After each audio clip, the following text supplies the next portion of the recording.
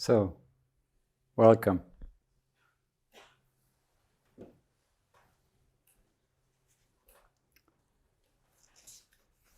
There is a very important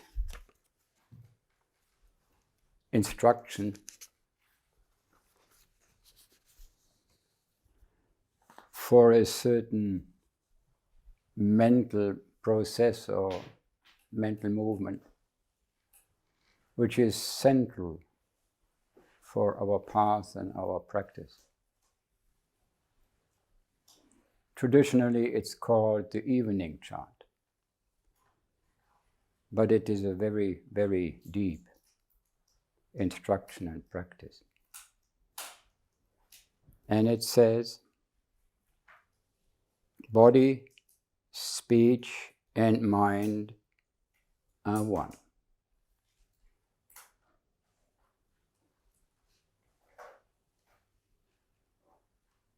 In stillness. There are no more thoughts of right and wrong. Our mind and body dwell in perfect mindfulness. That is what we need to do many times a day. We don't please wait for the evening meditation. You might have no one. But there is so much opportunity throughout the day just to do that. There are so many gaps in all your activities. Just to have this kind of 2 minutes to bring body and mind together. Have the experience of oneness. But actually you have the experience of wholeness. It's totally this system. No diversion, not this and not that. It's not the traditional, there's the body and there's the mind. No, it's one. We are body and mind. And when we collect our body and mind together, it says so nicely here, there are no thoughts of right and wrong. There are no thoughts. Whatever.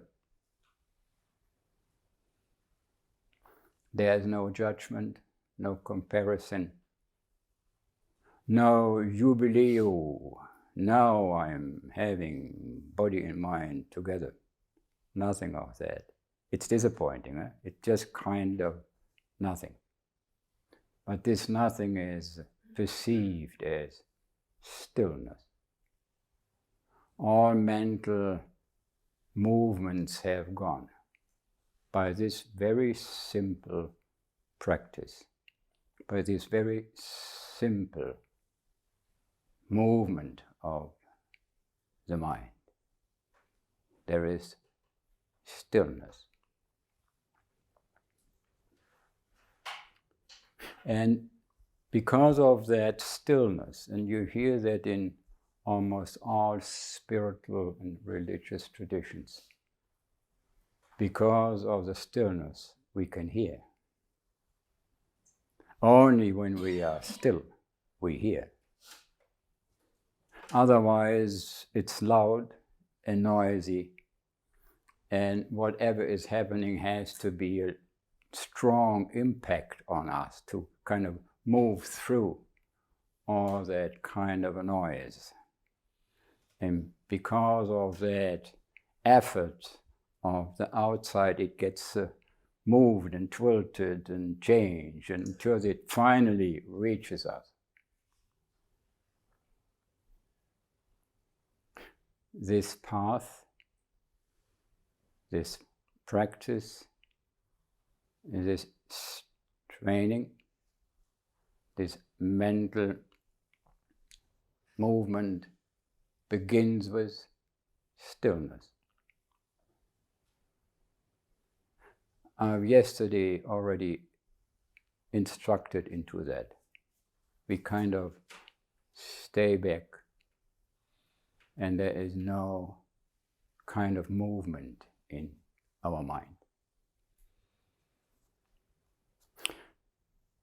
And because of that stillness, we hear, and that makes us a kind of a sensitivity, or creates a sensitivity. We hear something we have never heard, and we see things we have never seen. All of a sudden we see something, we say, no, it's not true, but it is. So there is a process of acknowledging what is there, and not right away judge and see whether it fits. You see the point? So the whole path we are following here is a path to be sensible, of more sensitive for ourselves, for the mind, for what's happening around.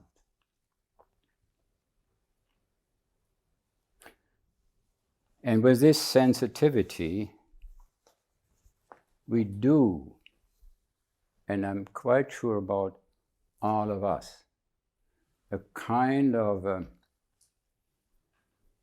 intuition, a kind of sense when we connect to ourselves, to the life we live, and to the circumstances. We definitely say, well, there's something wrong. Something goes on here which is kind of weird. That's this sensitivity we both, Helga and myself, had very, very early. We lived together just for two, 3 years. And in that time we built up everything which a normal German middle bourgeois would dream of. A house and 2 cars and I don't know what, And then one day we sat together and said, that can't be all. This is proposed by the society, and they all live like that, but not us. There is more. And we have to find out. And so we quit everything. I quit my highly paid job. And then we sat in our German nicely car, home mobile, and drove to India.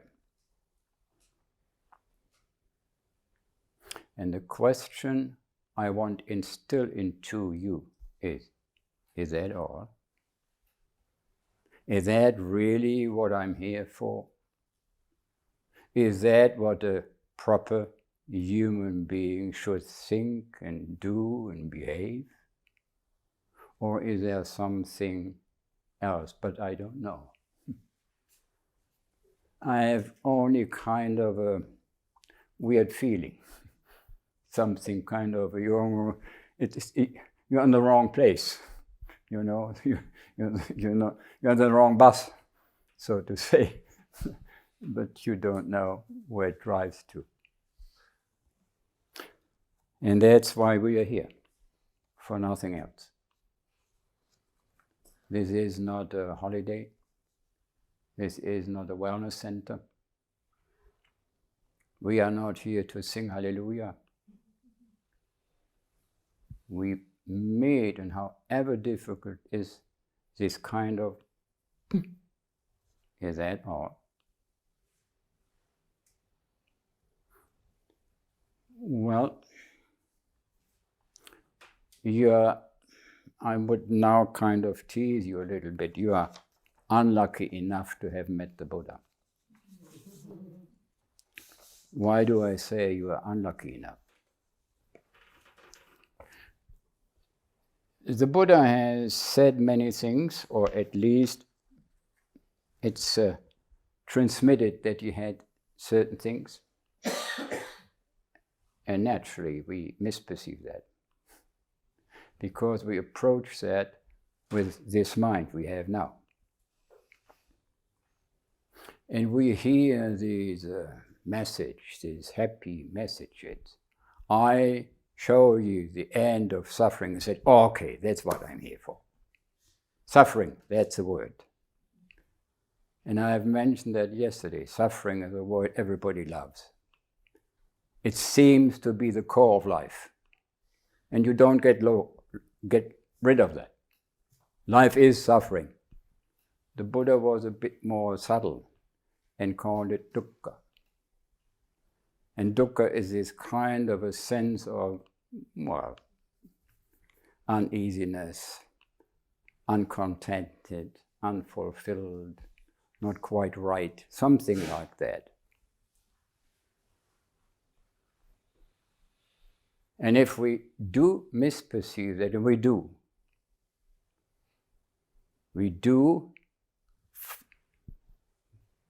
approach their teachings and this message, that's the end of the suffering.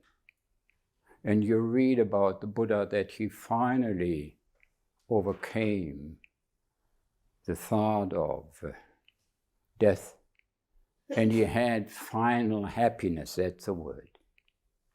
And we all want to be happy, is it so? Finally, forever, done, always happy. And around these spiritual teachings and whatever, you hear that kind of a bliss and I don't know what.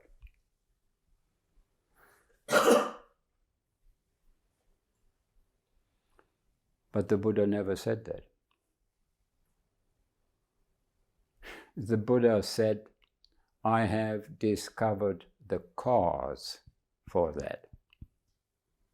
That kind of something you have, this discontentment, the unease, and maybe the dukkha has a cause. It's not just there. It's not part of the life. You're not born with it and you don't get rid of it. It has a cause. And you can pin down the cause. And you can end the cause. Do you see the point? He never said, you end the suffering. He said, I end the cause of suffering. And then the suffering is gone. This kind of a logic only few people get. And so often people come and want to get rid of the suffering and don't want to know the cause. Because the cause is clear. For a biological mind, the cause is very clear. You, the circumstances, the others, the politicians, and I don't know what, the parents, the mother, the father. Everybody is a cause for my suffering. I am a victim. I'm the victim of this life. And it somehow even says in early teachings in Buddhism, the cause for suffering is the change of circumstances. Today it's this one, and tomorrow it's that one. And then it's cold, and then it's warm. No, goodness gracious. What shall we do with it?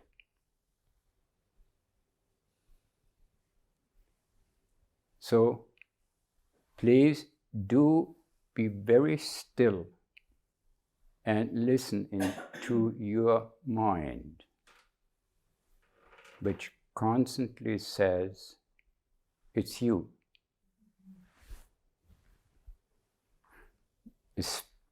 Especially those tradition, mental, spiritual, whatever tradition called Abrahamic religions, Judaism, Christianity, and Muslims.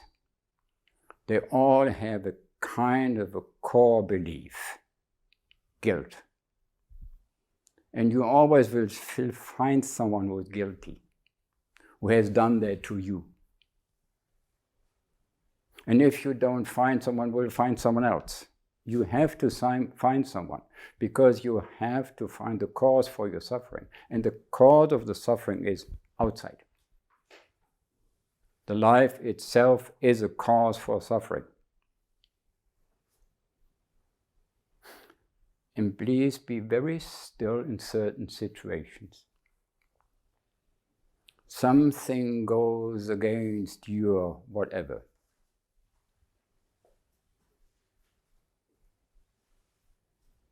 And that uneasiness which you feel, because it's not the way you want it,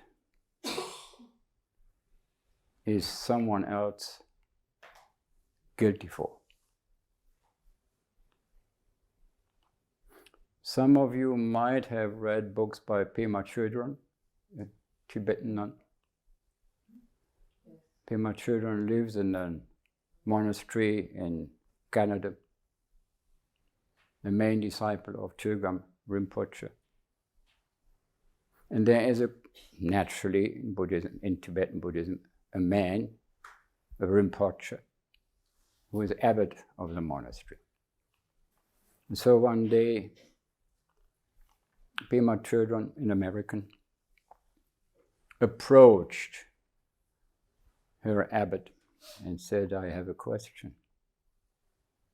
You're all already long enough here in the West. So, what would you suggest your Western disciples to take care of, to get rid of, to look deeply into, to get free, to go further on the spiritual path? And without Dennis, any doubt, he said, guilt. That is what keeps you. And that is what I yesterday said. Today I use a different term. We are kept in our biological system. That's biology. Biological. This body has certain, or this system has certain parameters, I said yesterday. Temperature, water, whatsoever, you know. And if that is not fulfilled, now, that's from the outside, is it so? We live with that system which cannot change. That's important. The biological system cannot change. It's fixed. It's a kind of a closed system. That's how it's called. It's a closed system. You see, our body, just as a simple example I do so often, is this body system needs a certain temperature, 36.5, something like that. When it gets too high, you start talking about fever and so on and so on. And after 42, it's kind of getting difficult for the body. Now, when you're now, let's say, in a very hot country and the temperature rises to 40 degrees, your body can't. It can't get against it. And now that's difficult with having this kind of system. It would be easy just to raise a level, the parameter. Now I set it up as we do it with a thermometer. We could push it up and said, okay, now 40 degrees is a normal. So it's fine, isn't it so? It doesn't work. We are closed. We are closed. And so everything which is against that and we have to take care of is from the outside. Is it so?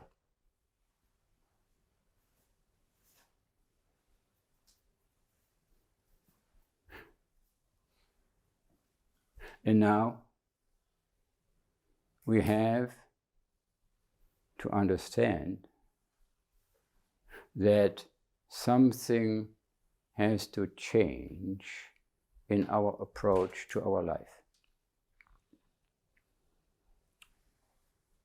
This mind, this biological mind, is stuck in a certain, let's call it, relationship. Here I am. There is the temperature. And if that is too much for me, you have to be changed. Climated, air conditioning, whatever. We always, and still now, our main practice is to change the outside. And that is what we are grateful. We have done everything, beginning with the beginning of a technical intelligence, 100, 200,000 years ago. From there on, we changed the outside. That's what we have done, and people kind of complain we have not changed and we have not done. We're sure not. Because we have never thought differently. The mind is just there to kind of find out what to do according to that system. When it's too cold, at the best, I find a pullover. Tricky, eh? So I'm good in it. But that's all. Please be very, very subtle in your listening, in your daily life. Something you feel in yourself, a kind of an uneasiness. And you find someone else who is responsible with that. We are constantly judging, comparing, finding someone who is causing us, and we are constantly a victim of that. And we are constantly looking for change that. And that is what the whole world is about. Whether you call it war or not, and it's just all the same thing. It's a biological system which is built up in this way.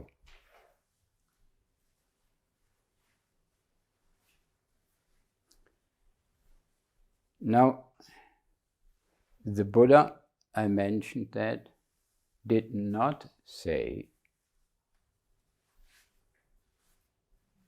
I teach you the end of suffering. I teach you the end of the cause. And please believe me, he was not a politician. He was not a physician. He was not there to say, well, the cause is a sickness, so take that off. Then you're fine, isn't it? He wasn't that. He did nothing to the outside, absolutely nothing. He was not interested out of that situation in any sociology. He was simply not interested in the whole thing, because that's fixed. And he said something different. Please listen. He said, the problem is your relationship to that outside. A kind of, the better word for it is relatedness, because relationship gets into the kind of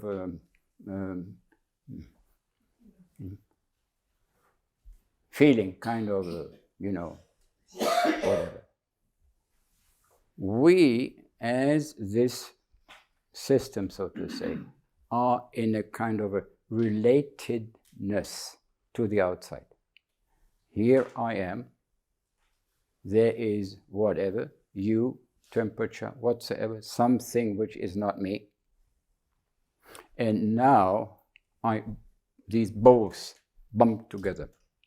Or better, I am in contact with that.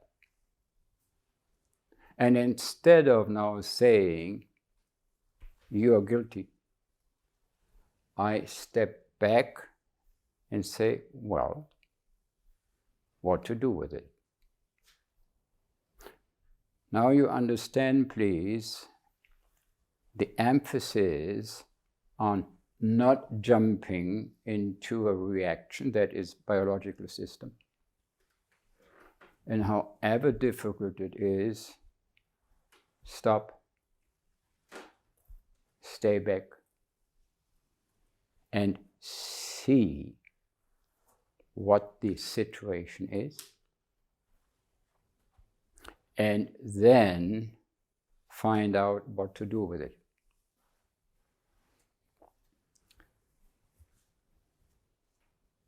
Who was it? I often quote this Roman philosopher, Epictetus, difficult, you know. Wonderful little book. And the fifth thought he had was saying, people, this is us, are not disturbed by things or situations. It's not that what gets us. It's not that why we say it should not. You should not be. We are disturbed concerning that situation by our view we take about that. Sounds a little bit old, huh? But it simply says our situation is a situatedness, and this situation always falls onto our what can we do with it. You see, in the first approach, in the approach of a biological system, you would hear yourself saying, this should not be. And you hear yourself saying that the whole day. This should not be, whatever. She should not be, I should not be, this should not be. And the world now is full, and it's basically full of that thought. It should not be. The climate and the politicians, and I don't know what, it should not be. And you hear that in your daily life. And you hear that especially when you live in community. You constantly hear it should not be. He should not be. She should not be. How can one think like this and behave like that? And then you are in your biological system, nothing else. And then the reaction comes. Guilt, whatever. Anger.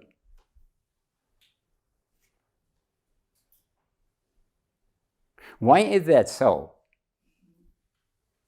Do you hear the anger? It's not a question. It sounds like a question, but it's not. And that is our normal way to go about. We are so kind and so nice, but everybody hears we are angry. And then you hear a kind of response. Why? Because of this. And then you go on. But. And then you have the normal, usual situation, wherever. I hope? No. I know that you know what I know. And you listen to yourselves in all situations. And you now know if there is a kind of something saying this should not be, you are in that mind.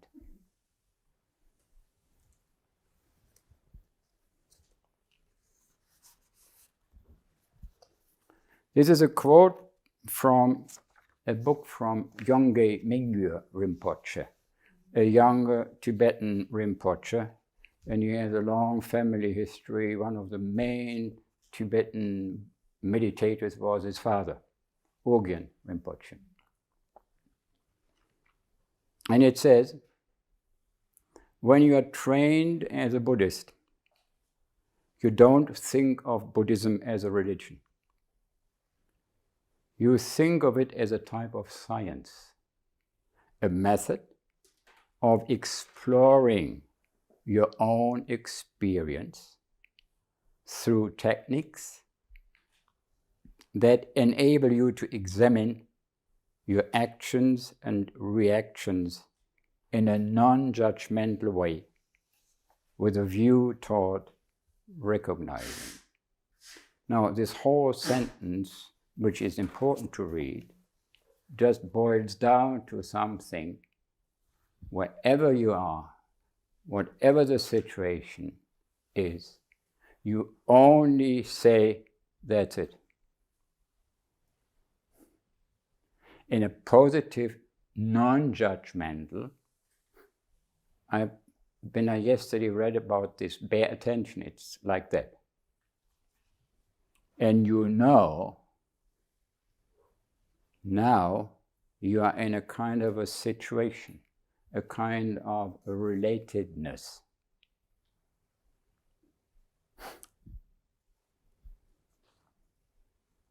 Don't everybody feel that's too hot here? Do you hear that? But you can find yourself, for yourself, not for others, for yourself, it's too hot. Is it so? Without anything, but you have to say that. And then you do something about it. Maybe you take off the pullover. Something like that. We have a very simple approach. The first approach is the cause is not the outside. That what is happening outside just triggers a certain response in our mind.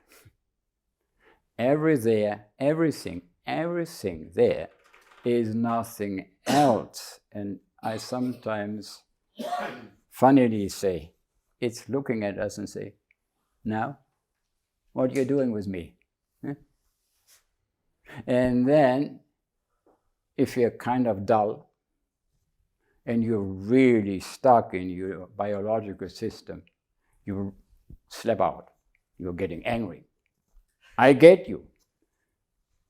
And then you have the same situation.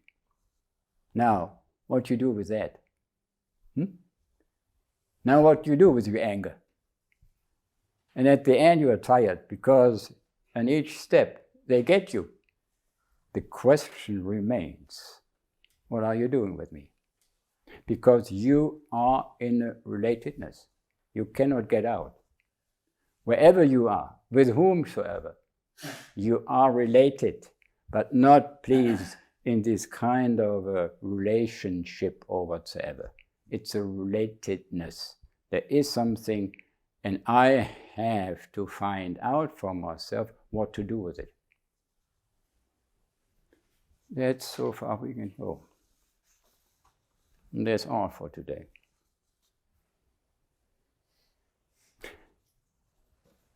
You see, we are as human beings in this kind of long development now at a very, very critical point.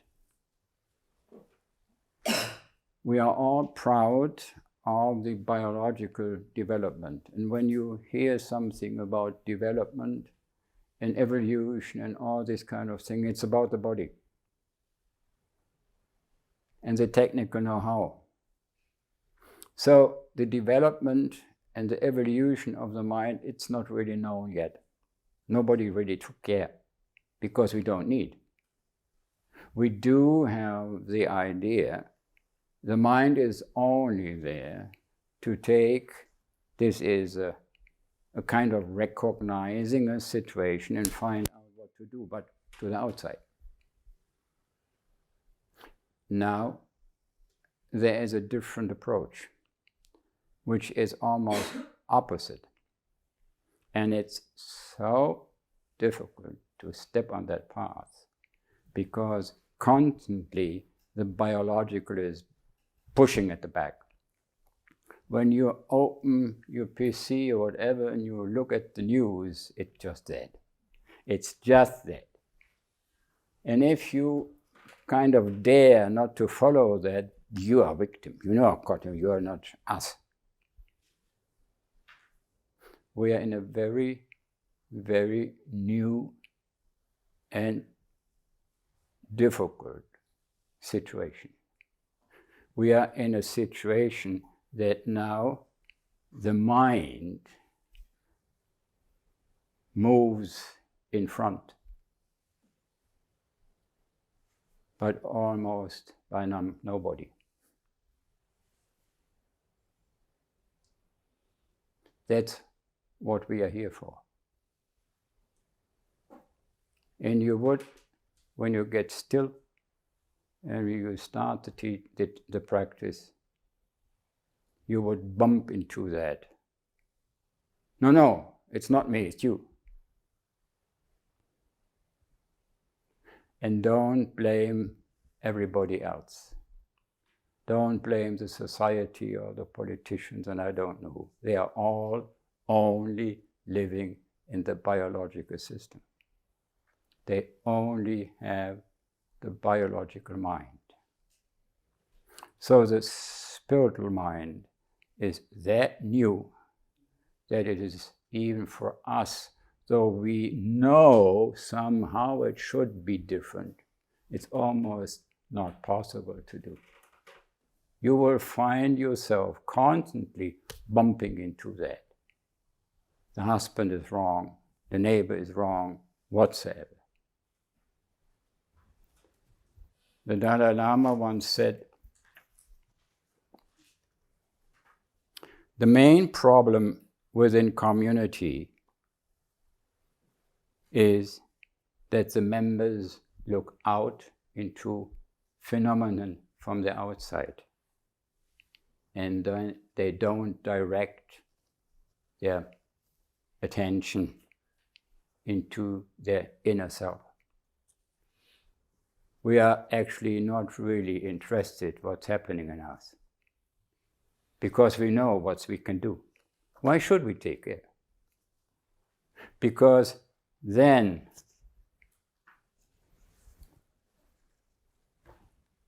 the guilt comes up. It gets us. Why I am having that kind of a relationship? Why I am doing that? And I can tell you, because you are still in your biological system. And don't, as yesterday made it very clear, don't blame yourself. Then you are even deeper into that. Just acknowledge that, and then again and again, don't say the word, it should be different. Nothing of that. And you say, you yell up, shall we, the society and the world, and I don't know what. I didn't say that. I even only said, me should not say that in our relationship, in my daily life. And only if the members of a community like us, the spiritual energy starts expanding, the rest will come.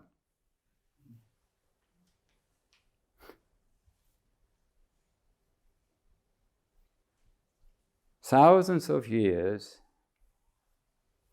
it was very clear that the sun moves around the earth. And it was not proven, but it was kind of don't say something different. It was taken as a credo of the church. And already 300 years before BC, a Greek said, no, it's not true. And he had the first heliocentric ideas. But nobody would listen, wouldn't even not dare to listen. It's kind of so weird, you know. Like the Buddha, 500 before, he had different ideas, and we still tilt them, change them into our biological system. And then about 14 something, Copernicus kind of got that because he read a book from this Greek. He said, what? Let me inquire. And he proposed the heliocentric system. And the church came and got him. Get out of the way. It's wrong. Be careful. And then you would know the story. Bruno, they killed him. And Galilei, he said, okay, if you are happy with that, I just say, no, it's true. Okay. And he said, but still, it doesn't change the fact. Is it so? So, this simple thing, you can observe, you can measure, you just need a microscope or whatsoever, took about over 200 years until it slowly, even net was accepted. And believe me or not, only 1992, the church said, okay. Can you imagine that? 1992, Galilei was accepted as someone who is a kind of normal being. It began a long time ago. And so I give us the permission to be patient, to be kind, and know it's a damn long road. What we're doing here now, in this time of humanity, we begin to change the thoughts, the beliefs, and the belief is now changed, and it's dramatically changed. Your suffering is not caused by the outside, but by your relationship to these things. And you cannot tell any climate activities. They say, no, it's you. And any psychologist will tell you it's because of the trauma in your family. We always have to find someone who is guilty. And we're good in that. And now, though the Buddha proposed that already 2,500 years ago, now scientists, neuroscientists, the latest approaches in Western biology, neurobiology, and so on, they say, we can measure that now. We can measure how your mind works, how your mind responds. And that is what we can do our own. We don't need a very sophisticated equipment. You just can be still, just for a moment. You are in a situation, and instead of jumping out, as in a biological system, you stop. That is what I'm constantly saying, that's what I'm constantly do, as good as possible. There are enough situations where I just thrown off the horse, you know. And then you climb up and say, well, okay, let's try it again. But there are more and more situations where you can stop. Be still. And that is a space for inquiry. Well, I will touch on that tomorrow. Meditation is not only stillness. Meditation is only the preparation for inquiring, but not who does it outside. That is written in the newspapers. But the inside, what is on my mind, what beliefs, assumptions, ideas is on there. And is that the foundation to act or not? That is, we touch now our practice. So please do know that you are the very few ones to go ahead. And we need people who go ahead. Don't wait for the final enlightenment. Your mind is now acting. When you go to the food line and so on, there is, yes, I do hear this damned sentence 1,000 times. It should not be that way.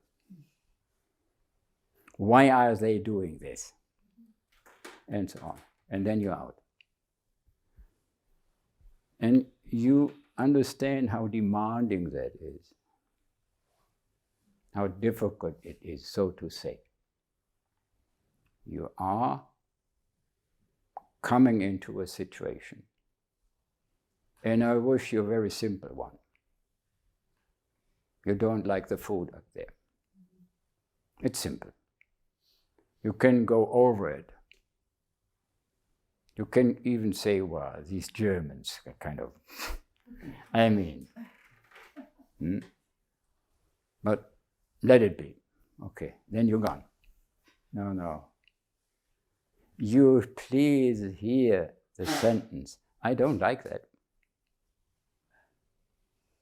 And then you do hear a change of thoughts and arguments and history and all these kind of things. Because of and ancestors and convention, and so stay there. And that's very simple. Ask the question, well, is that true? Yes, it is true. That's the thought you have. I don't like that. It's okay. And then what you do with it? If you really don't like that, you go. Is it so? But you don't do. You get there. You get into this kind of fellow blah blah blah, and then you sit there, and everybody sees your bad mood, and so on and so on. If you radiate, it should not be like that. You can't hide.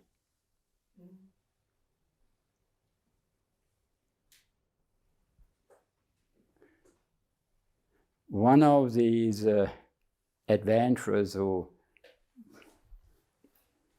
were on the move to the North Pole, Amundsen or whatever the name is, he got stopped by an early winter. He could not move on. And so he had to stay with Inuits.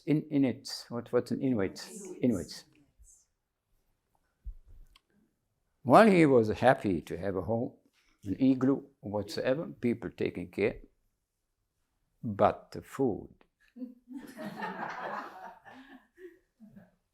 Only whale. And only fish. Breakfast, lunch, and dinner.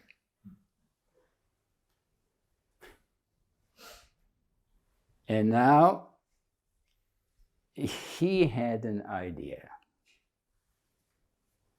And he related that later to people when he came back home and they said, how could you ever survive? And he said, well, I looked around and they are all happy. They obviously like that. So it's just my preoccupation, that's all. It's just it should not be. And it took him just some weeks and he started liking the food. And when he came off after 3 or 4 months, he was happy to be with them and eat the food. That is a kind of approach I wish for all of us.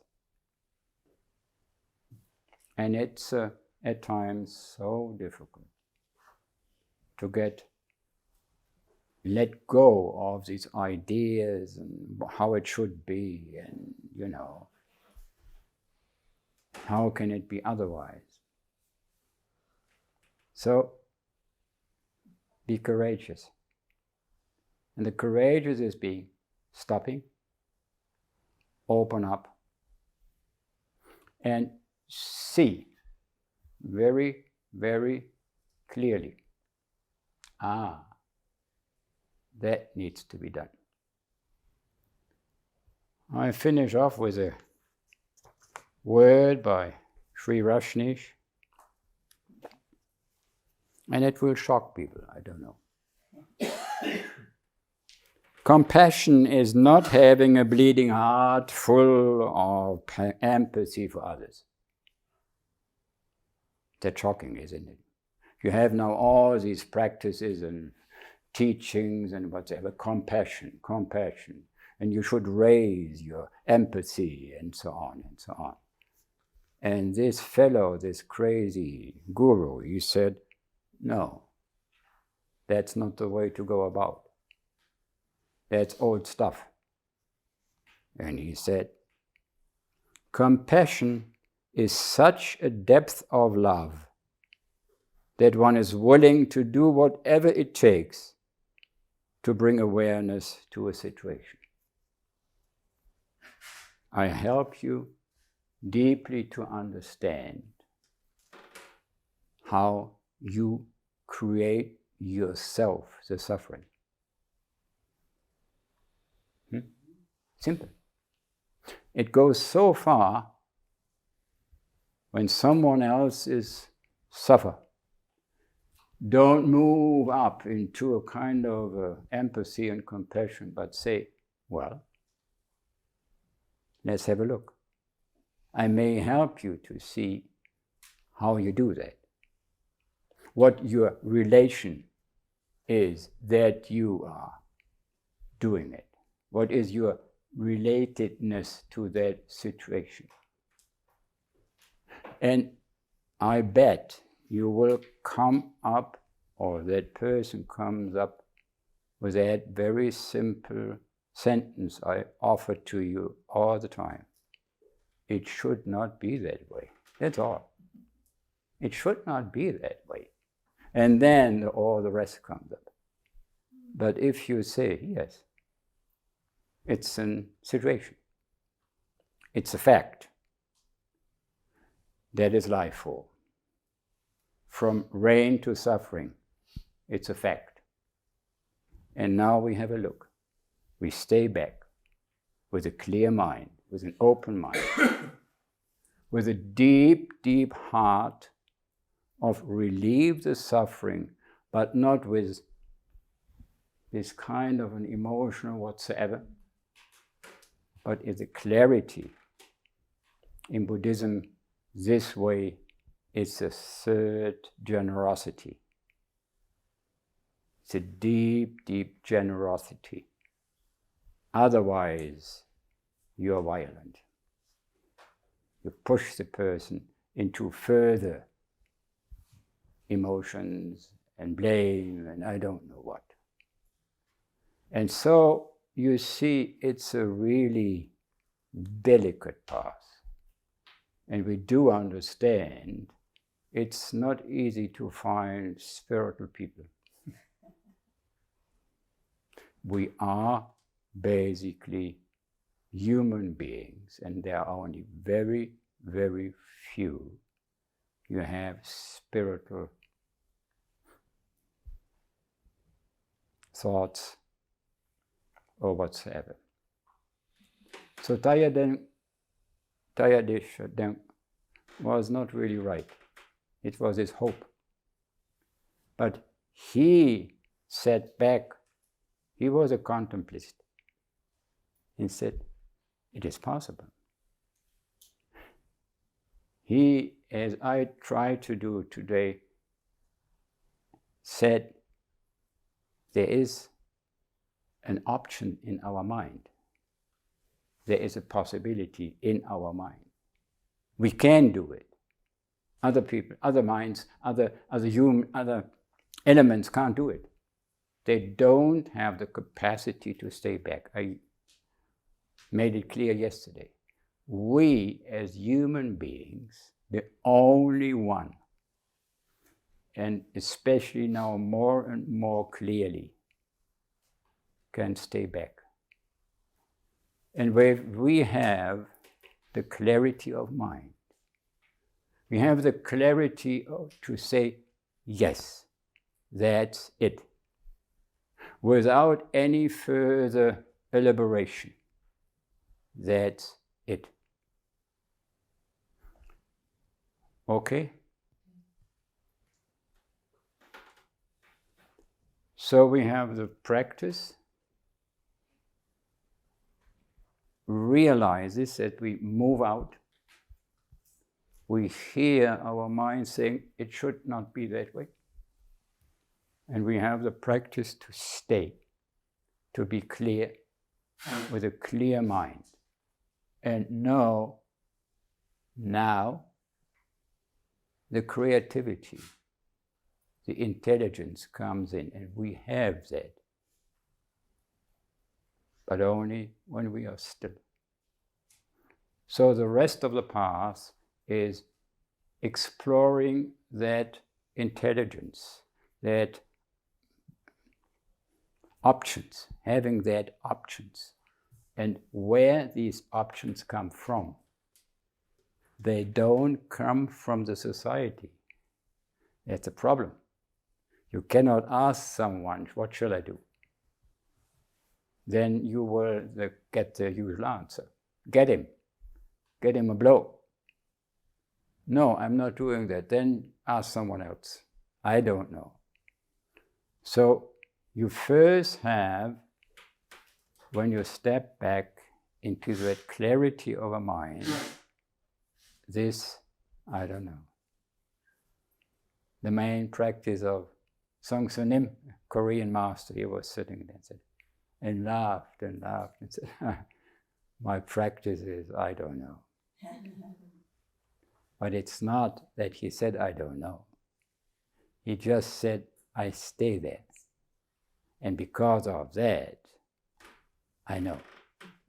Okay? Good luck. Thank you for listening.